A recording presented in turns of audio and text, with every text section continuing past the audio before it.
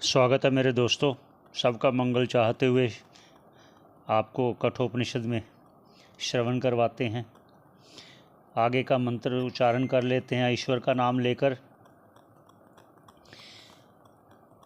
यम भगवान नचिकेता को कह रहे हैं कि जो दो मार्ग मैंने आपको बतलाए हैं, श्रेय और प्रेय है, उन दोनों में अंतर है, दोनों का रास्ता अलग अलग है। अब धर्मराज जी नचिकेता को और बता रहे हैं कि कुछ लोग ऐसे भी हैं जो शास्त्र को थोड़ा बहुत पढ़ लेते हैं और अपने आप को वो ज्ञानी मानते हैं, पंडित मानते हैं। उन पर चर्चा करते हुए नचिकेता को बता रहे हैं। क्या बताते हैं, आइए शुरू करते हैं। वो मंत्र उच्चारण कर लेते हैं। अविद्यायामन्तरे वर्तमानः स्वयं धीराः पंडितमन्यमानः दन्द्रम्यमानः पर्यन्ति मूढ़ा अंधेनैव नीयमाना यथा अंधाः। ये मंत्र है। भगवत पाद जी क्या कह रहे हैं वो भी श्रवण करो।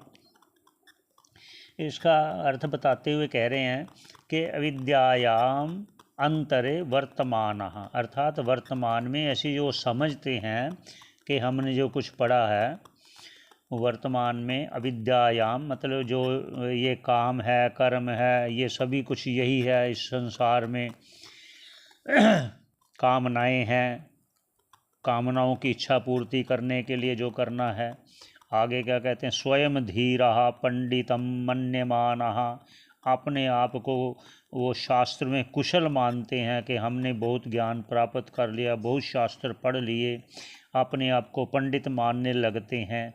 और क्या वास्तव में है वो अब कह रहे हैं, हे नचिकेता, ऐसे लोग जो सिर्फ शास्त्र के पढ़े हुए हैं, गुरुमुख से जिन्होंने श्रवण नहीं किया, उसके बाद मनन निधि ध्यासन नहीं किया, जो अति आवश्यक होता है, तात्पर्य निश्चय जब तक नहीं हुआ तब तक वो क्या है, वो कह रहे हैं धर्मराज जी नचिकेता से, कह रहे हैं मूढ़ा अंधेन एव अंधाः।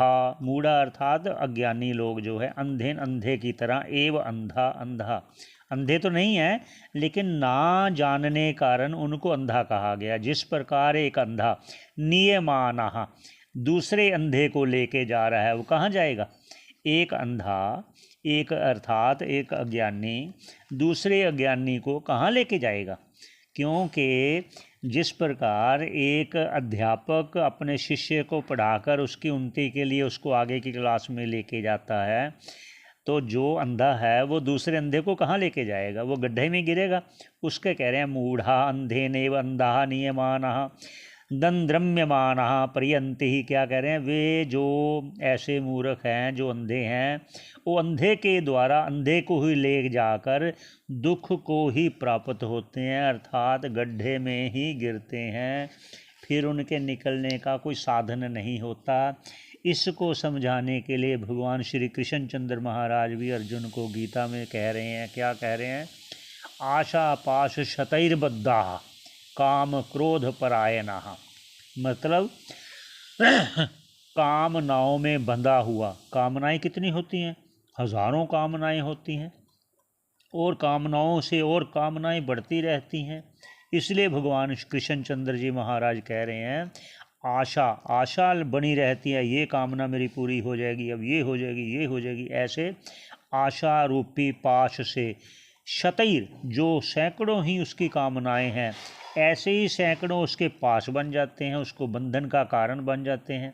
वो कह रहे हैं आशा पाश शतैर्बद्धः काम क्रोध परायणः, कामनाओं से, कामनाओं में अपूर्ति हो जाए, रुकावट आ जाए तो क्रोध उत्पन्न होता है।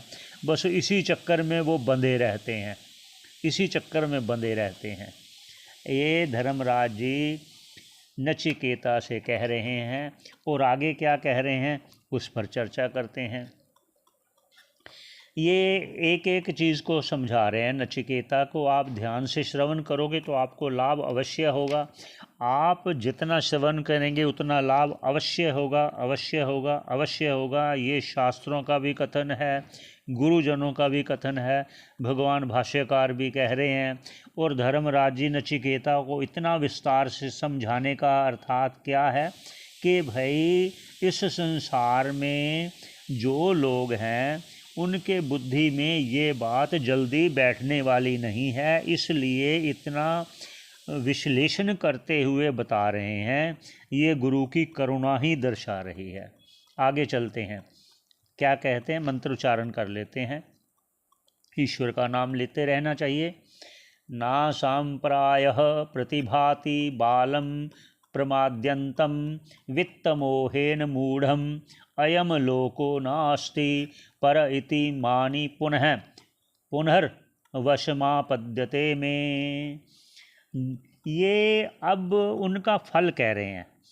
जो श्रेय मार्ग को छोड़कर प्रेय मार्ग में रहते हैं और प्रेय से भी निमन में आ जाते हैं, जो प्रेय से भी निमन में आ जाते हैं अर्थात संसार के कामों में ही, अपनी इच्छाओं की पूर्ति में ही लगे रहते हैं, उनके बारे में क्या उनकी दशा है वो धर्मराज जी नचिकेता को कह रहे हैं।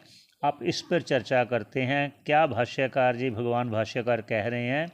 आइए, कह रहे हैं ना सांप्रायः प्रतिभाति बालम प्रमाद्यंतम, कहते वित्तमोहेन प्रमाद्यंतम मूढ़म बालम सांपराय ना प्रतिभाति, अर्थात धन आदि के प्रति मोह के कारण, मूढ़ता के कारण, मतलब उनकी बुद्धि ज़्यादा ना होने के कारण और आलस्य के कारण जो मनुष्य है वो परलोक अर्थात आगे के उन्नति का साधन अभ्युदय जो है उसका साधन नहीं जान पाता, प्रमाद के कारण, बुद्धि मंदता के कारण, विषयों में लिप्तता के कारण। आगे क्या कहते हैं, अयम लोकः ना अस्ति इति मानि, अर्थात वो ये मानने लगते हैं कि ये संसार ही सब कुछ है, बस इससे परे कोई लोक ही उनको दिखाई नहीं देता। बस खाओ पियो, अपने मस्त रहो, अपने पुत्र पत्नी घर परिवार, बस उसी में लगे रहने के कारण वो आगे बढ़ नहीं पाते। इसलिए इसका अर्थात ये मतलब नहीं है कि अपने परिवार को छोड़ देना चाहिए, परिवार का पालन पोषण नहीं करना चाहिए, इसका ये तात्पर्य नहीं है। उनका तात्पर्य ये है कि आप संसार में रहते हुए ईश्वर का भजन कर सकते हो, जिस प्रकार भगवान राम जी कह रहे हैं उसकी भी चर्चा कर देते हैं, इसलिए कि कोई ये ना समझ ले कि ऐसा क्यों कहा उन्होंने। वो ये कह रहे हैं, जननी जनक बंधु सुत दारा, तन धन साधन सखा प्यारा, इनके ममता ताग बटोरी, मम पद बांध मन ही बरी डोरी। जो इन्हें सभी बताया ना, जननी है माता, जनक पिता, बंधु पुत्र पत्नी, धन परिवार जो भी है, भवन तक बोल दिया उन्होंने। भवन भवन मतलब अर्थात मकान दुकान सब कुछ उन्होंने बोल दिया। भवन सुहृद परिवार, कोई भी तेरे रिश्ते नाते हैं सब की जो तुम्हें ममता डाली हुई है, उन ममता को सभी को इकट्ठा करके समेट के तुम उसको अपने मन के द्वारा मेरे पाँव में बांध लो, अर्थात मेरे चरणों में ध्यान रखो, मेरा नाम जपो, मेरी ही आराधना करो। तो उससे क्या होगा कि आपके परिवार की रक्षा का योगक्षेम मेरा जिम्मा हो जाएगा। इसके लिए वो ये नहीं चाहते कि आप अपने परिवार का पालना पोषना छोड़ दो, ये नहीं कहने का उनका तात्पर्य है।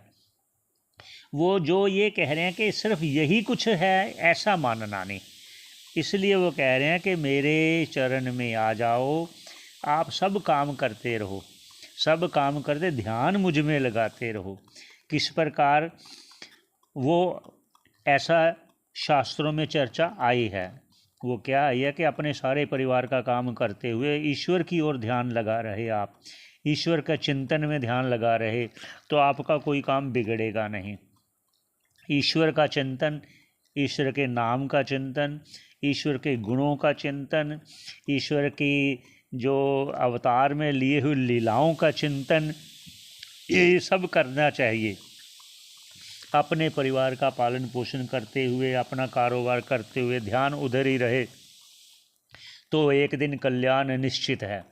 ऐसा धर्मराज जी कहना चाह रहे हैं कि ऐसे लोग क्या होते हैं, इसकी चर्चा आगे जारी रहेगी। ये मंत्र का आगे चल, आप जुड़े रहें हमारे साथ।